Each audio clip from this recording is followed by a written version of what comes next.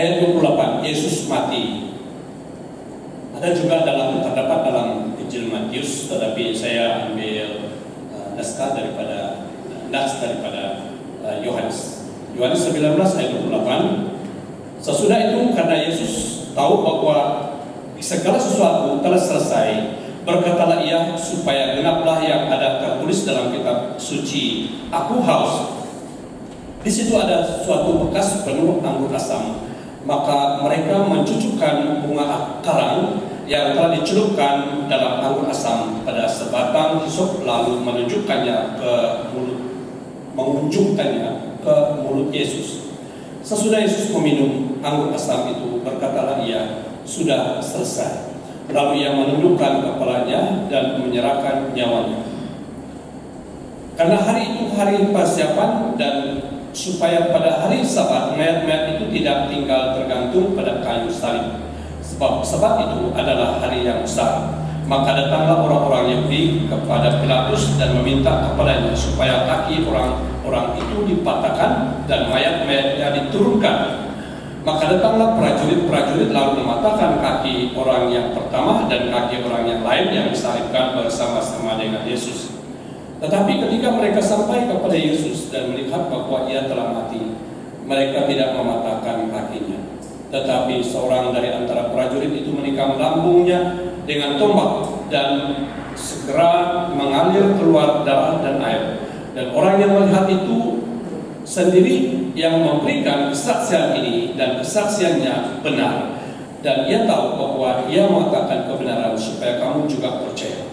Sebab hal itu terjadi supaya genaplah yang tertulis dalam kitab suci, tidak ada tulangnya yang akan dipatahkan. Dan ada pula nas yang mengatakan mereka akan memandang kepada dia yang telah mereka tikam. Benarkah Tuhan Yesus mati? 2000 tahun. Benarkah cerita ini?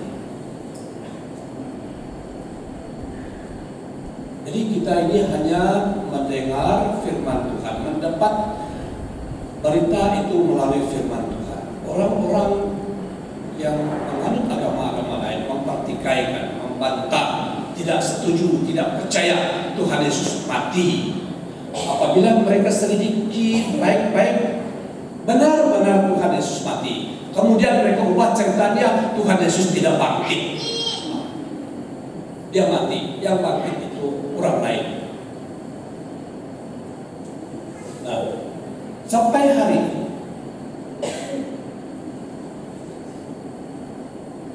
hal kematian Tuhan Yesus dan kebangkitan Tuhan Yesus menjadi pertikaian manusia.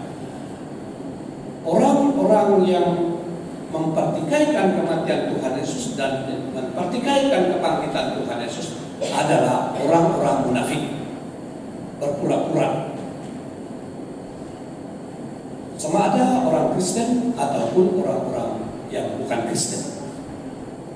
Sebab apabila kita selidiki baik-baik, tidak ada yang meragukan. Sebab masa Tuhan Yesus disalibkan, banyak cerita-cerita yang mendahuluinya, ya. Dan banyak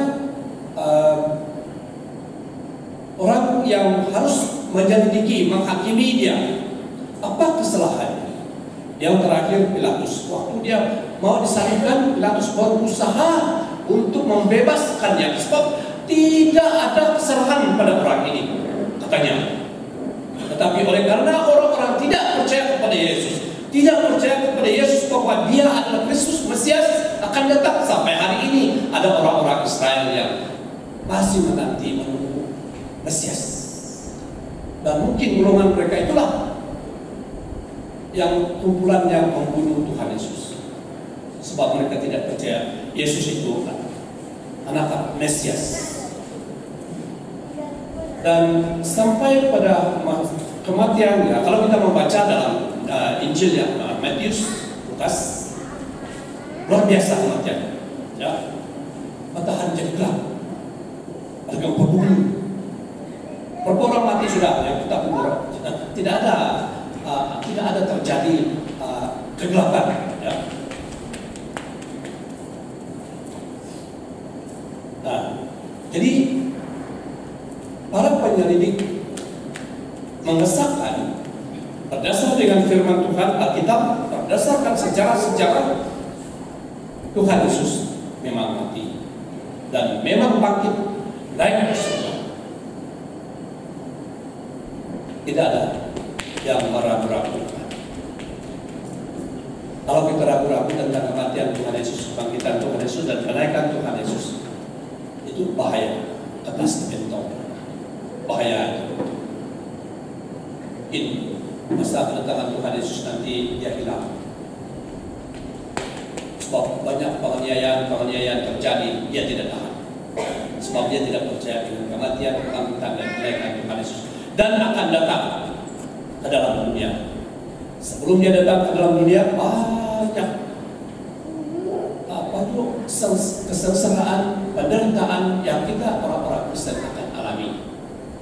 Dan mungkin orang yang menentang, tidak setuju, tidak percaya dengan kematian dan kebangkitan, kenaikan Tuhan Yesus ke surga, dia tidak akan tahan, imannya tidak akan tahan.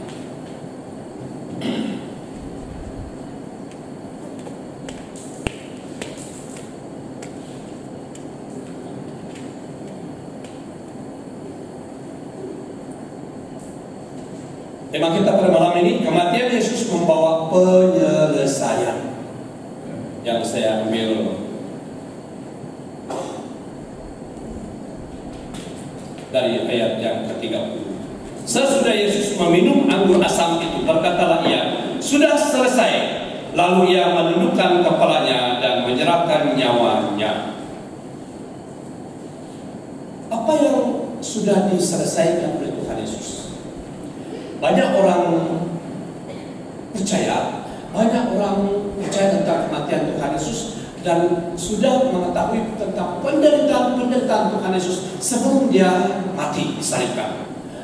Dulu waktu ada tayangan gambar, wayang gambar, sangat populer masa tahun 70-an ya.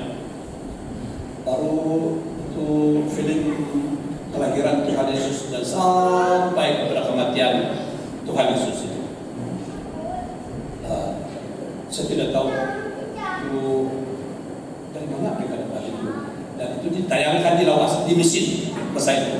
Saya tidak ingat 77, 78, 79, 80 itu saya di mesin ya, tahun. Jadi malam tidak ada kaitan dengan perayaan-perayaan. Itu jadwal orang yang memasang wayang ini kan. Datang di mesin.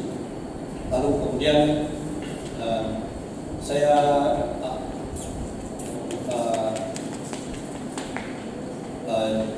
upload ya. Saya angkat orang dari seberang. Mereka dari seberang, dari gereja-gereja di Lawas itu, dari Gaya, mereka yang pekerja-pekerja kerajaan di Bandar Lawas, mereka dari Semenri ya, sampai Keram gitu. Lalu penuh itu gereja di musim. Saya pergi duduk, tidak ada kursi tinggal. Saya duduk di depan orang-orang yang duduk di lantai. Saya duduk di lantai menonton cerita tentang kematian atau kelahiran Tuhan Yesus sampai kepada kematiannya. Waktu mereka melihat Tuhan Yesus dipukul, ya, teriak itu ibu-ibu di belakang saya, siapa ini ibu? Terlampau juga ini. Teriak, tidak tahu kan mereka ini berlakon. Saya pikir begitu Pak. Mereka ini berlakon, bukan betul-betul. Tapi mereka berlakunan tentang kematian Tuhan Yesus. Ya. Menangis, ya, ibu-ibu. Tuhan. Ya. Jadi kesengsaraan Tuhan Yesus, banyak orang tahu tentang kematian Tuhan Yesus, kesengsaraan dia sebelum dia mati, sebelum dia disalibkan. Tetapi untuk apa Tuhan Yesus mati. Untuk apa dia mati? Oke, kematian Yesus membawa penyelesaian. Dia mati, pertama ya, saya bawa 3 perkara saja tentang kematian Tuhan Yesus. Dia mati untuk pengampunan dari segala dosa-dosa manusia. Seperti saya katakan dalam masa perayaan Kristus, tidak ada orang yang layak jadi juru selamat. Sebagaimanapun suci hidupnya, kudus sucinya, hidupnya, dia tidak ditentukan oleh Allah untuk menjadi juru selamat. Walaupun dia 100% hatinya mau jadi juru selamat untuk orang membawa, dia tidak ditentukan oleh Allah. Demikian juga tentang kematian Tuhan Yesus. Ya, kematian Tuhan Yesus ialah kematiannya untuk pengampunan dosa manusia. Kita lihat dalam Rom pasal 3 ayat 9 ya. Bagaimana keadaan manusia? Kenapa Tuhan Yesus mati? Ayat yang 10. Seperti ada tertulis, tidak ada yang benar, seorang pun tidak. Tidak ada seorang pun yang berakal budi, tidak ada seorang pun yang mencari Allah. Semua orang telah menyeleweng, mereka semua tidak berguna. Tidak ada yang berbuat baik, seorang pun tidak. Kerongkongan mereka seperti kubur yang terengah, lidah mereka merayu-rayu, bibir mereka mengandung bisa. Seperti ular. Mulut mereka penuh dengan sumpah serapah, kaki mereka cepat untuk menumpahkan darah. Karena Tuhan dan kebinasaan mereka tinggalkan di jalan mereka, dan jalan damai tidak mereka kenal. Rasa takut kepada Allah tidak ada pada orang itu. Itulah keadaan manusia. Semua manusia menyeleweng, sudah menyeleweng daripada jalan Tuhan. Semua orang sudah berbuat dosa. Dosa ini yang diwarisi oleh manusia dari Adam dan Hawa. Dari Adam dan Hawa berbuat dosa, kemudian Kain membunuh Habel. Lepas itu Yakub menipu Esau. Oh, ini generasi yang dekat-dekat ya daripada Adam dan Hawa. Kemudian Yusuf dijual oleh saudara-saudaranya. Ini akibat daripada perbuatan dosa yang diwarisi daripada Adam dan Hawa. Allah menyarankan supaya umat Israel yang berdosa menyembelih domba untuk menghapus dosa mereka. Nah, Ayub mempraktikkan ini dalam Ayub pasal 1 ayat 5. Setiap kali apabila hari-hari pesta telah berlalu, Ayub memanggil mereka dan menguduskan mereka. Keesokan harinya pagi-pagi bangunlah Ayub, lalu mempersembahkan korban bakaran sebanyak jumlah mereka sekalian. Sebab pikirnya, mungkin anak-anakku sudah berbuat dosa dan telah mengutuki Allah di dalam hati. Demikianlah dilakukan Ayub senantiasa. Apabila Ayub berpikir bahwa anak-anaknya mungkin melakukan dosa, dia sembelihkan domba, dia buat korban penghapus dosa untuk menghapuskan dosa mereka. Tetapi ya, itu tidak sempurna. Itu hanya sesuai untuk masa mereka.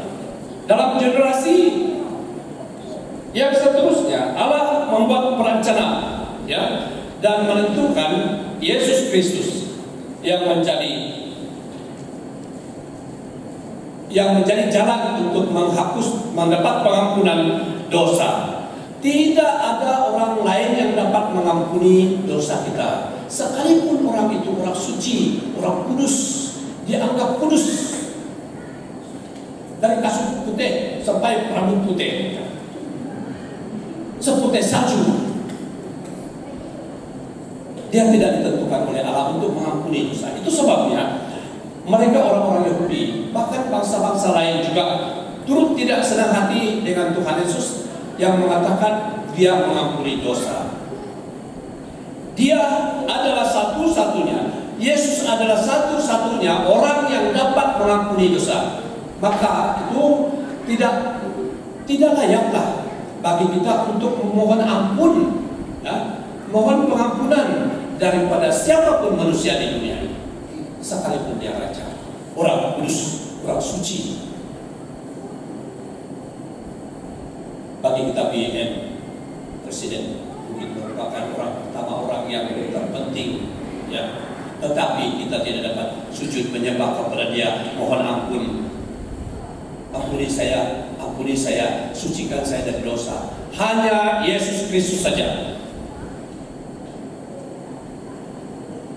Yesus mati untuk mengampuni dosa-dosa kita. Tidak ada cara lain. Ya, tidak ada cara lain kita mendapat pengampunan. Walaupun kita sepanjang hari, sepanjang tahun kita berdoa minta pengampunan, kalau Tuhan Yesus tidak mengampuni kita, kita tidak akan lepas daripada dosa. Dan bukan berarti ini menutup pikiran kita, hati kita untuk tidak bertobat, tidak minta permohonan ampun daripada Tuhan. Ini daripada pihak Allah. Kalau tidak ada orang yang mengampuni dosa di dalam dunia ini, sepanjang berapa banyak pun hari kita pakai, masa kita bersujud, ya, untuk minta ampun, siapa sanggup mengampuni kita? Kalau saya berdosa, bersalah dengan polis, dengan tua kampung, mereka boleh mengampuni saya daripada kesalahan yang spesifik saja. Tetapi mengampuni seluruh manusia tidak. Hanya Yesus saja yang ditentukan oleh Allah.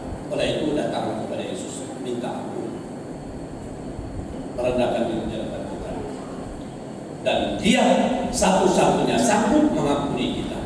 Ditentukan oleh Allah, dipilih oleh Allah. Kalau ada orang datang, saya ini orang suci, saya ini dipakai Tuhan, bertobatlah di hadapan saya. Itu bukan ditentukan oleh Allah. Itu nabi palsu, itu ajaran palsu.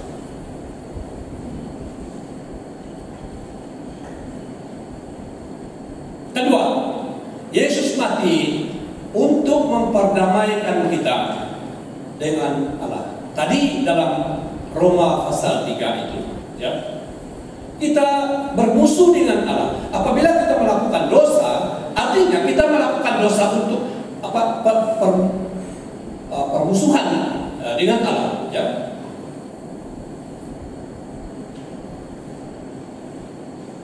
Semua manusia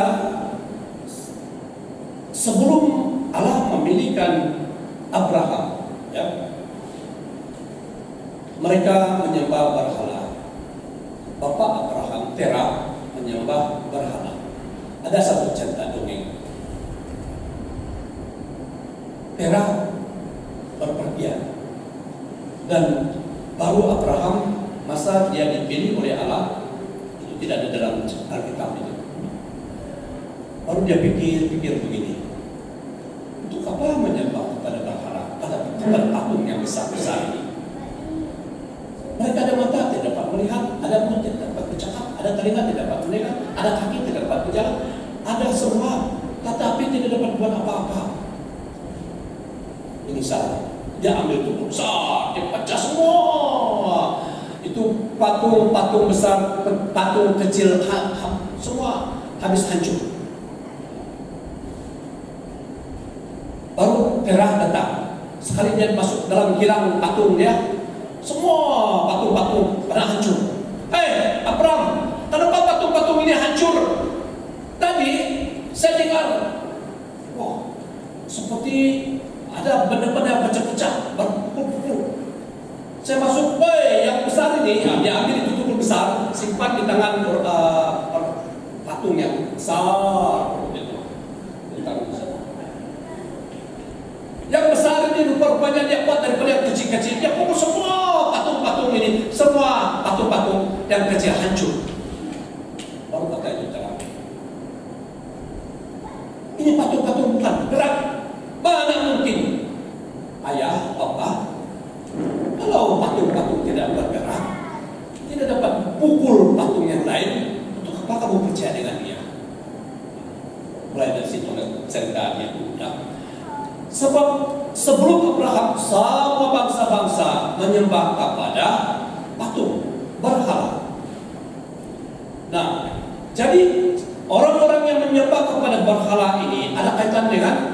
kuasa iblis, hantu-hantu yang berserang di patung-patung.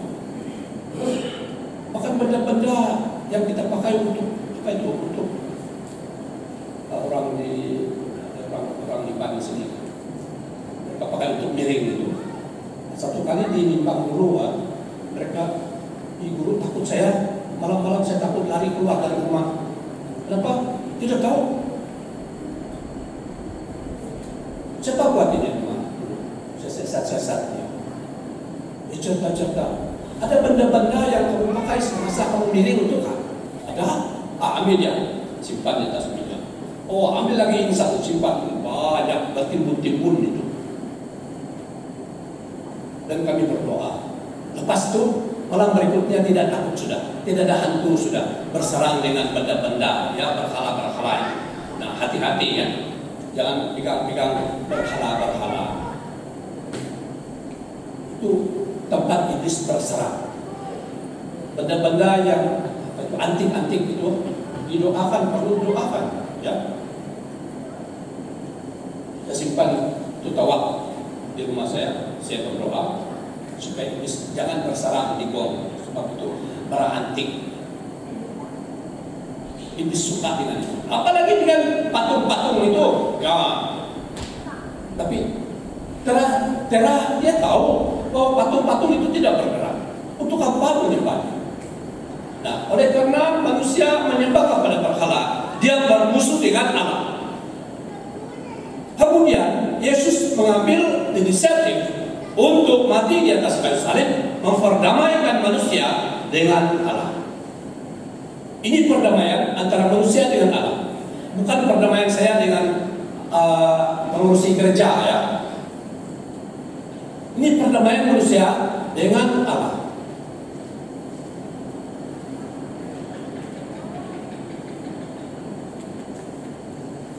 Itu sebabnya sangat pentingnya bagi kita manusia, Yesus perlu mati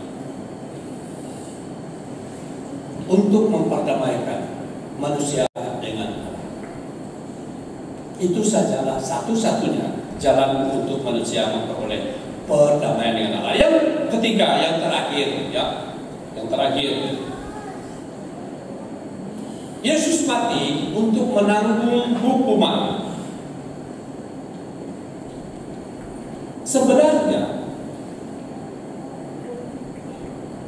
semua manusia yang berdosa, ya, kalau bukan Yesus mati di atas kayu salib, semua manusia harus dihukum dalam api neraka, bukan di penjara. Itu api neraka. Ada orang yang tidak setuju kalau berkhotbah tentang api neraka. Ada juga orang dulu kami di Jabar, jangan kurang sebut-sebut yang sabu-sabu itu, Bang.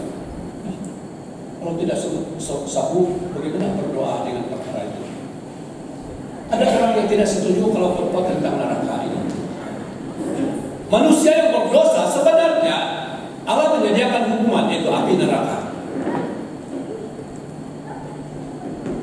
Dan kalau bukan Tuhan Yesus menanggung hukuman, maka semua manusia, semua bangsa di dunia ini akan masuk dalam hukuman api neraka. Oleh karena Yesus mati untuk membebaskan kita daripada hukuman, ya, hukuman neraka. Dia menanggung itu. Itu sebabnya menderita, ya. Sebelum dia mati, dia menderita, sangat-sangat menderita. Itu sebabnya kata saya tadi, ibu-ibu yang di sekitar Lawas yang menonton TV wayang, ya, film tentang kelahiran Tuhan Yesus sampai kepada kematiannya, sebab mereka melihat betapa menderita dia di atas kayu salib, bukan di atas kayu salib, sebelum dia disalibkan. Dalam penderitaannya, semua penderitaan kita manusia ditanggung oleh Yesus Kristus di atas salib, kayu salib, dalam kematiannya.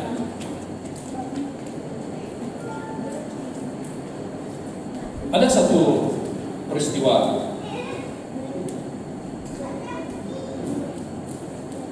dalam Yohanes pasal 8 ayat 3 hingga 11, ya. Ini cerita perempuan yang lalu tekan-tekan hilang.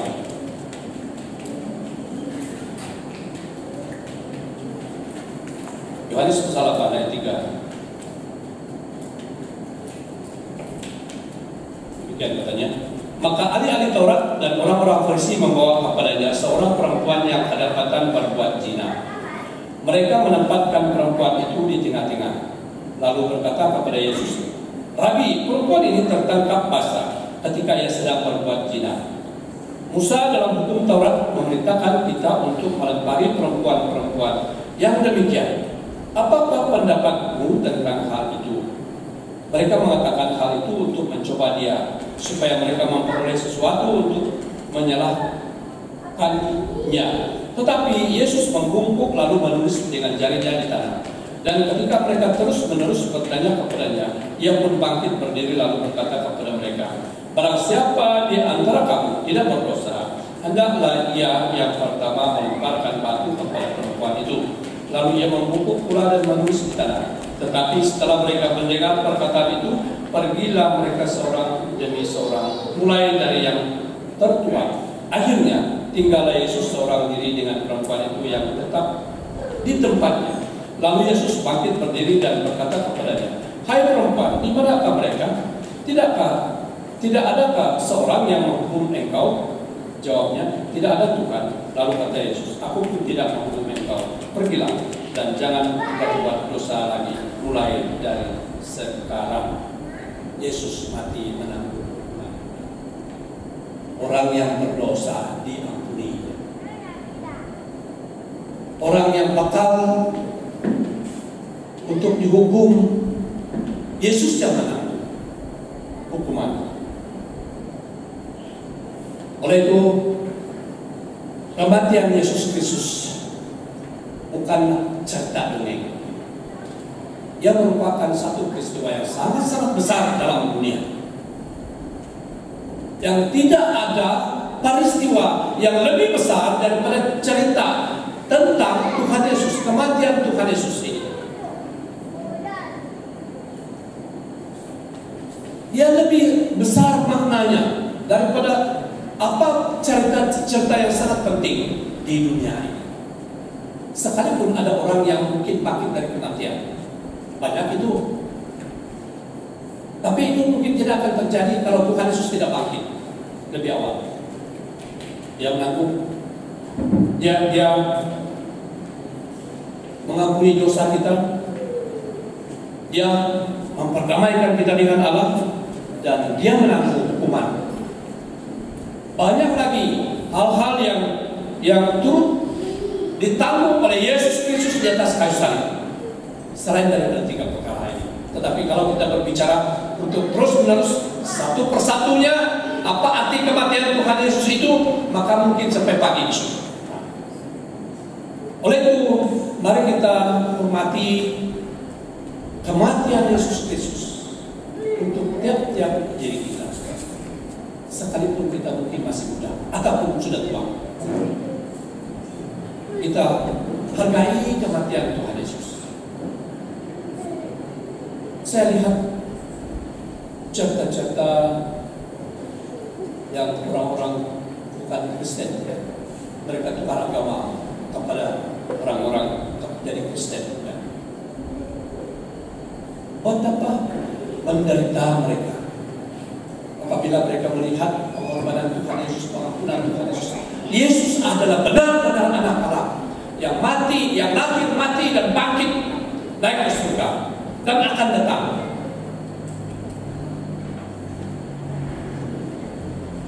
Apabila mereka sudah mengenal semua ini, mereka berani betapa menderita mereka. Tukar agama mereka, bukan tukar agama, kepercayaan mereka kepada Yesus Kristus. Tetapi kita sebagai orang-orang Kristen, tidak ada orang marah dengan kita apabila kita menjadi orang Kristen. Tidak ada orang marah kepada kita apabila kita datang ke gereja. 10 kali kita datang ke dalam gereja, tidak ada orang yang marah dengan kita. Tetapi kita lihat seolah-olah Tuhan Yesus tidak berhak. di kalangan orang-orang Kristen. Ya. Tetapi apabila orang-orang yang bukan Kristen mengenal Yesus Kristus, bahwa Dia sungguh-sungguh anak Allah, mati dan bangkit dan akan datang ke dalam dunia tidak lama lagi, mereka sanggup ditolak, disingkir dari keluarga, menderita, kehilangan apa-apa, bahkan kehilangan ayah ibu, sanak saudara mereka, karena mau mengikut Yesus. Itulah orang yang sungguh-sungguh mengenal Yesus Kristus, yang sudah mati, ya, bangkit, naik ke surga dan akan datang lagi. Oleh itu, jangan kita terlalu selesa dengan kehidupan yang kita miliki pada masa sekarang ini. Tapi ingat, saudara-saudara, Yesus yang sudah mati, bangkit, dan naik ke surga akan datang kembali ke dalam dunia ini. Dan itu harus kita ingat tiap-tiap hari. Kita harus sedia tiap-tiap hari tentang kedatangan Tuhan Yesus, karena Dia memang benar-benar anak Allah. Dia ditentukan oleh Allah untuk pengampunan, untuk perdamaian kita, untuk mengampuni kita, dan untuk menghakimi kita. Mari kita sebagai jemaat Tuhan tetap setia mengikut Tuhan, tetap setia percaya kepada Tuhan, mempertahankan iman kita sekalipun kita dihina orang. Mungkin kalau tidak ada perubahan, kalau keadaan kita berlakukan seperti ini, ya, orang-orang Kristen akan cabut. Ya. Tapi mari kita kuatkan iman kita. Yesus Kristus yang kita raihkan kematiannya hari ini akan datang segera ke dalam dunia. Mari kita berdoa. Terima kasih dengan kesempatan ini Tuhan Yesus. Yakinkan kami dengan firman bahwa Yesus Kristus mati di atas kayu salib untuk mengampuni dosa kami, untuk menanggung hukuman kami, dan